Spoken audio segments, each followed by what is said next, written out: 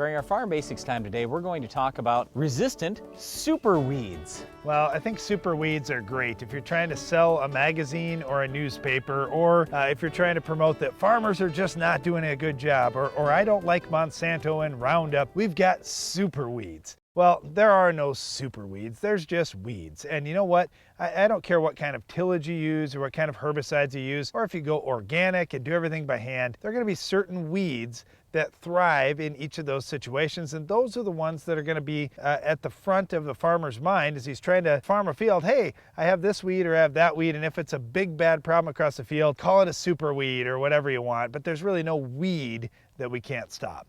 Yeah, absolutely. We can control every weed that there is out there. So in terms of super weeds, guess what? We've always had super weeds. We've always had weeds that we struggle with. That's just the way Mother Nature works. So as soon as a farmer from back in the beginning of history figured out how to control one weed, guess what showed up? Another weed or a different type of this weed. That's just the way that it goes. And as farmers, we're always trying to stay one step ahead of the weeds, but unfortunately, we can never stay ahead of Mother Nature. Mother Nature always wins.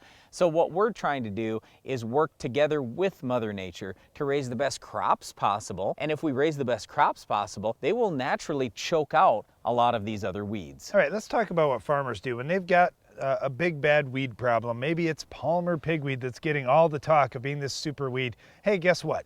We can do a few things to stop it. For one, let's say we're going in a crop like soybeans, which are a broadleaf crop, and you have a broadleaf weed. That makes it a lot tougher. But if you're going with corn or you're going with wheat, now all of a sudden we have a grass crop and we're fighting a broadleaf weed. That makes weed control so much easier because we can choose herbicides that kill broadleaves but don't hurt grasses. So we've got a lot easier time trying to control it. But even in a tough crop like soybeans, we have a broadleaf crop trying to kill a broadleaf weed, we can plant earlier. We can do some tillage out there. We can plant the rows of soybeans closer together. We can put more soybean plants out per acre. All those things are done to try and choke out the weeds and try and close the rows in quickly.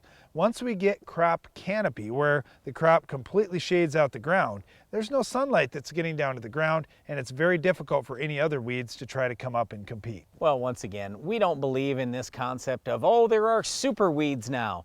If you're going to call some of these weeds today super weeds, you should call weeds from the beginning of time super weeds. There is no such thing as super weeds. We can control every single weed on the farm. It's just it takes a different management practice depending on the weed you're after and the crop you're raising. Well, one of those weeds that we may be trying to control is our weed of the week. Can you identify this week's weed?